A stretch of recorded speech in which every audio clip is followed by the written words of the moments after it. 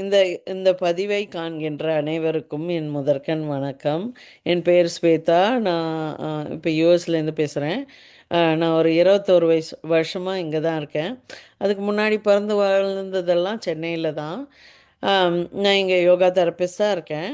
இங்கே வந்து பெண்கள் தன்னோட பார்ட்னரோடு இருக்கிற ரிலேஷன்ஷிப்பை எப்படி ஹீல் பண்ணுறது, யோகா தெரப்பி மூலமாக எப்படி ஹீல் பண்ணுறதுன்றதுக்கு உதவி செஞ்சுட்டுருக்கேன். அதுக்கு நான் நிறைய என்னோட எக்ஸ்பீரியன்சஸ் அண்ட் லேர்னிங்ஸை வந்து நான் இங்கிலீஷில் தான் ஷேர் பண்ணுவேன். பட் நிறைய பேர் இப்போது தமிழில் கண்டென்ட் க்ரியேட் பண்ணுறத பார்த்து எனக்கும் தமிழில் ஒரு வீடியோ பண்ணணும்னு ஆசையாக இருந்தது. இன்றைக்கி ஒரு வீடியோ பார்த்தேன். அதுக்கு ரெஸ்பான்ஸாக இந்த முதல் பதிவை தமிழில் நான் பண்ணுறேன். நான் பார்த்த வீடியோ என்னென்னா, ஒரு மாமி வந்து எக்ஸ்பிளைன் பண்ணுறாங்க இந்த பெரிய வீடியோவில்.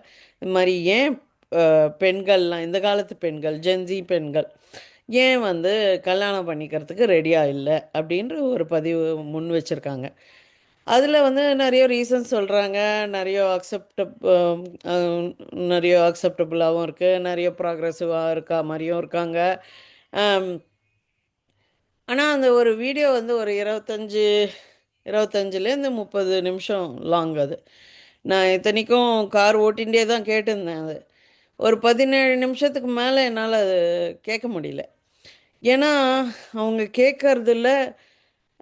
எனக்கு எப்படின்னா, நான் ஒரு ஃபியூ மந்த்ஸாகவே கவனிச்சிருக்கேன். இது மாதிரி ஒருத்தவங்க பேசுறது வந்து முழுக்க முழுக்க உண்மை இல்லை, முழுக்க முழுக்க சரியான தகவல் இல்லை அப்படின்னு எனக்கு உள் மனசுக்கு தெரிஞ்சிட்டுனா என்னால் அதை கேட்க முடியாது அந்த வீடியோவை.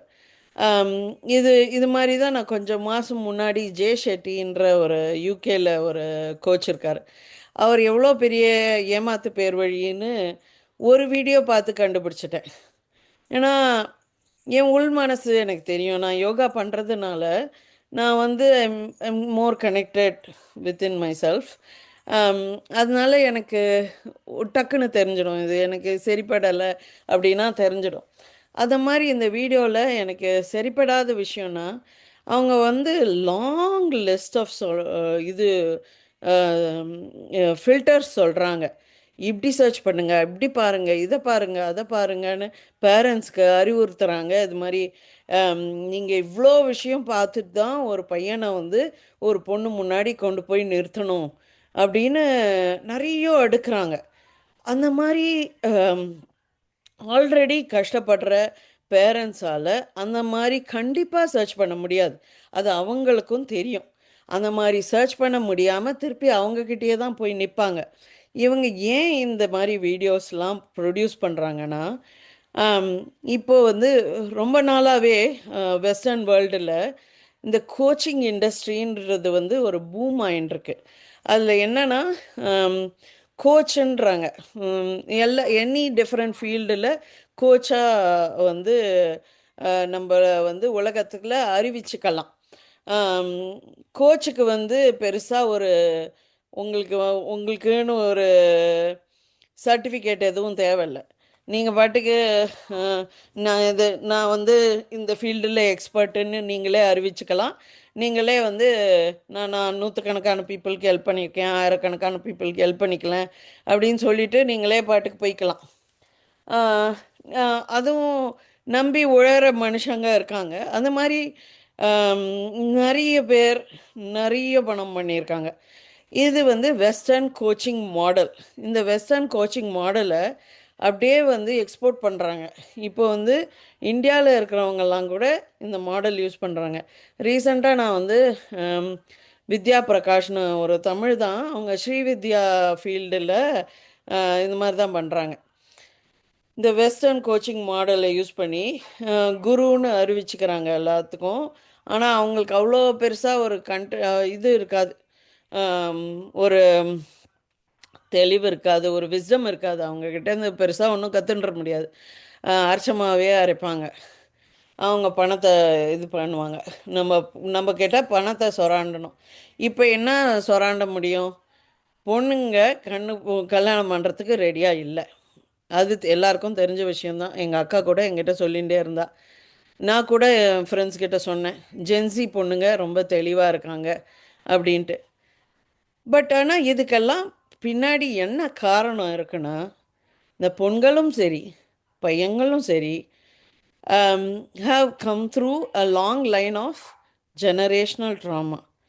um,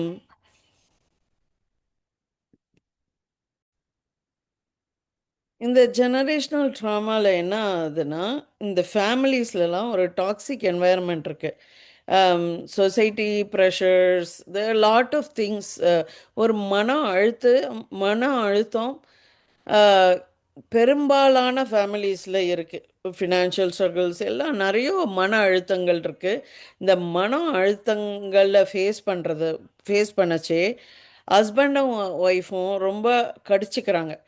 அந்த ஒரு ரொம்ப பாசமாக இருக்கிறது இல்லை. பெரும்பாலான ஃபேமிலிஸில் நான் சொல்கிறது, இண்டிவிஜுவல் ஃபேமிலிஸ் எடுத்தோன்னா there might be good examples. But ஆனால் வந்து பெரும்பாலான ஃபேமிலிஸில் தலைவன் தலைவியிடையே அந்யோன்யம் காணப்படுவதில்லை, வெளிப்படுத்துவதில்லை. இது இந்த இந்த மான இந்த சூழ்நிலையில் இந்த சூழல்ல வளர்ந்த பசங்க இதையே தான் பார்த்துருக்காங்க. எப்பயான ஒரு ஒரு கைண்ட் மொமெண்ட் இருக்காதா, அம்மா அப்பா நடுவில் ஒரு டெண்டர்னஸ் இருக்காதா அப்படின்னு பார்க்குறாங்க. அது அது கிட்டுறதே கிடையாது, அது இருக்கிறதே கிடையாது. அப்பனா வந்து நீ என்னதான் நீங்கள் வெளியூர் போகலாம், சுற்றுலா போகலாம், எல்லாம் போகலாம். ஆனாலும் நான் வந்து அன்பை அன்பை வெளிப்படுத்தக்கூடாது. ஆனால் நான் வந்து இது மட்டும்தான் வெளிப்படுத்துவேன், என் எரிச்சலை மட்டும்தான் காமிப்பேன் அப்படின்ற ஒரு மேல் ஷாவனிஸ்டிக் சொசைட்டியில் தான் நம்ம எல்லாருமே வளர்ந்துருக்கோம். இந்த இந்த மாதிரி ஒரு மேல் ஷாவனிஸ்டிக் சொசைட்டியில் பாதிக்கப்படுறது பெண்கள் மட்டும் இல்லை, ஆண்கள் கூட தான். ஏன்னா ஆண்கள் இந்த மாதிரி தான் நம்மளும் ட்ரீட் பண்ணணும், இதை பார்த்து தான் வளர்கிறாங்க. நம்ம பசங்க வந்து நம்ம அம்மா அப்பா பார்த்து தானே வளர்கிறாங்க. அவங்க வந்து இது மாதிரி தான் ட்ரீட் பண்ணணும், இந்த மாதிரி தான் நம்ம நாளைக்கு நம்ம ஒய்ஃபை ட்ரீட் பண்ணணும், இதுதான் நான் எல்லாரையும் பண்ணி பார்த்துருக்கேன் ஆம், அப்படின்னு தான் அவங்க ஒரு நியாயமாக தான் அந்த பெட்ரியார்கியை நியாயப்படுத்திக்கிறாங்க. அந்த மாதிரி ஆம், வளர்ந்து வர்றதுனால இப்போ என்ன ஆயிருக்குன்னா, அது வந்து இவ்வளோ ஜெனரேஷனாக ஒர்க் ஆயிருக்கலாம். இப்போ என்ன ஆகுதுன்னா, இப்போது ஸ்கேல்ஸ் பேலன்ஸ் ஆகுது. பேட்ரியார்கல் சொசைட்டிலேருந்து ஈக்குவாலிட்டிக்கு வருது. இது வந்து ஒரு மேஜர் டிஸ்ரப்ஷன்.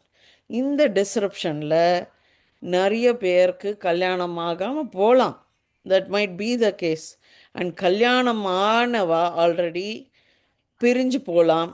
சில பேர் இப்போ எங்களை மாதிரி நாங்கள் வந்து நான் என்னோட ரிலேஷன்ஷிப்பை சரி பண்ணுறதுக்கு போராடின்னு தான் இருக்கேன்.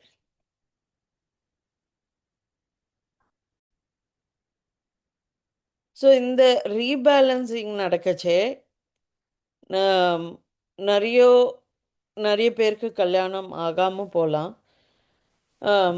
ஆனவா நிறைய பேர் பிரிஞ்சு போகலாம். பிரியாதவா சில பேர் தன்னோட ரிலேஷன்ஷிப்பை சரி பண்ணிக்கிறதுக்கு லைஃப் லாங் முயற்சி பண்ணலாம். அந்த முயற்சியில் தான் நான் இப்போ என் ஹஸ்பண்டோடு இறங்கியிருக்கேன். அண்ட் இது மாற்றுறதுக்கு ரொம்ப நாள் ஆகுன்றது எனக்கு தெரியும். நாங்கள் வந்து கடைசி வரைக்கும் முயற்சி பண்ணுவோமான்னு கூட எங்களுக்கு தெரியாது. பட் ஆனால் இது சரியாகிற வரைக்கும் முயற்சி பண்ணுறதுக்கு நாங்கள் முனைந்திருக்கோம். பட் இது எவ்வளோ நாள் ஆகுன்றது தெரியாது. ஸோ இப்போ இப்போ கல்யாணத்துக்கு இருக்கிற பெண்கள் மற்றும் ஆண்களோட அம்மா அப்பா பண்ண வேண்டியது என்னன்னா, அவங்களோட பார்ட்னரோட ஒய்ஃபோ கணவனோ பார்ட்னரோட ரிலேஷன்ஷிப்பை சீர் செய்ய வேண்டும். அதுதான் தலையாய கடமை.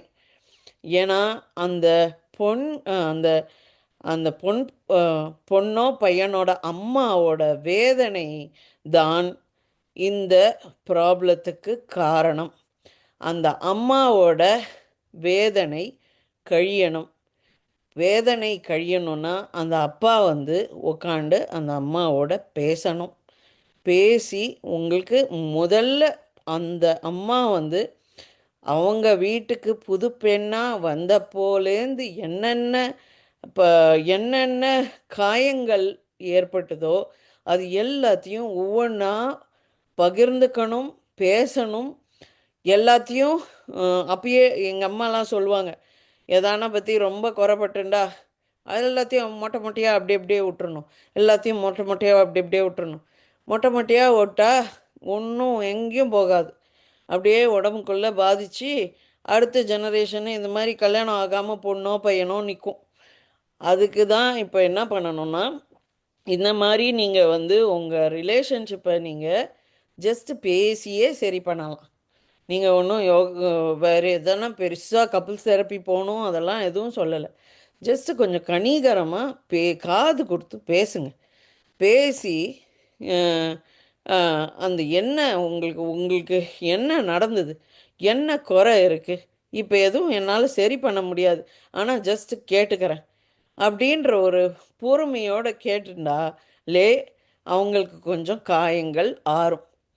அம்மாவுக்கு காயம் ஆறினாலே பொண்ணு எங்கேயோ இருந்தாலும் அவளுக்கு காயம் ஆறும். பையன் எங்கேயோ இருந்தாலும் அவனுக்கு காயம் ஆறும். பையனுக்கு தெரியும் எப்படி இந்த மாதிரி நம்ம வந்து இவ்வளோ வருஷங்கள் நம்ம இது மாதிரி காயம் ஆற்றாமல் நம்ம வச்சுக்கக்கூடாது, நம்ம வருங்கால மனைவியை இந்த மாதிரி காயம் ஆற்றாமல் வச்சுக்கக்கூடாது அப்படின்ற ஒரு புரிதல் வரும். அவங்க காயங்களை ஆற்றத்துக்கு முன் வருவாங்க. எல்லா ரிலேஷன்ஷிப்புமே லாஸ்ட் ஆகணும்னா ரிப்பேர் பண்ணணும். தப்பு பண்ணலாங்க, பிரச்சனை இல்லை. ரிப்பேர் ஒர்க் பண்ணணும். காயத்தை ஆற்றியே ஆகணும். காயத்தை ஆற்றுறது மட்டும்தான் இந்த ஒன்லி சொல்யூஷன். அது நீங்கள் பண்ணிகிட்டே இருந்தீங்கன்னா பையன் தேடுறத விட்டுருங்க, பொண்ணு தேடுறத விட்டுருங்க.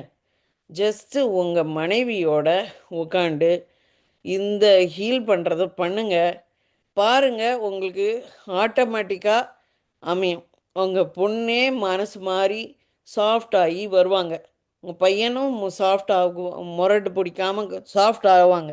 அந்த சாஃப்ட்னஸ் வந்த உடனே பண்ணுற கல்யாணம் தான் நீடிச்சு நிற்கும். நீடிச்சு நிற்குன்றதோட அவங்க வந்து வரக்கூடிய ப்ராப்ளம்ஸ் எல்லாம் சந்திக்கிற பக்குவம் இருக்கும். ஏன்னா இப்போ நிறைய கல்யாணத்தோட எண்டு கிடையாது இல்லையா? இப்போ நாங்களே 10 வருஷத்துக்கு அப்புறம் பிரியறதுக்கு ரொம்ப க்ளோஸாக தான் இருந்தோம். அதுக்கப்புறம் சரி ஓகே ரிப்பேர் பண்ணலாம் அப்படின்னு திருப்பி ஒன்றா இணைஞ்சு வந்திருக்கோம். அந்த அளவு பக்குவம் வரணும்னா முதலே சாஃப்டாக என்டர் ஆனால் மேரேஜ்குள்ள ரொம்ப நல்லது. நான் இந்த மாதிரி கண்டென்ட் க்ரியேட்டர்ஸ் கொடுக்குற லாங் லிஸ்ட் ஆஃப் இதெல்லாம் கேட்காதீங்க. ஜஸ்ட்டு உங்களோட ஒய்ஃபோட ரிலேஷன்ஷிப்பை சரி செய்யுங்க. உங்கள் பையன் பொண்ணுக்கு சீக்கிரம் கல்யாணம் ஆகிறதுக்கு நல்ல சான்ஸ் இருக்குது. அப்படி இல்லைனாலும் நீங்கள் உங்களுக்குள்ளே சரி பண்ணிட்டாலே உங்களுக்குள்ள ஒரு அக்செப்டன்ஸை வளர்த்துக்கலாம். இந்த மாதிரி changing climate for the global good.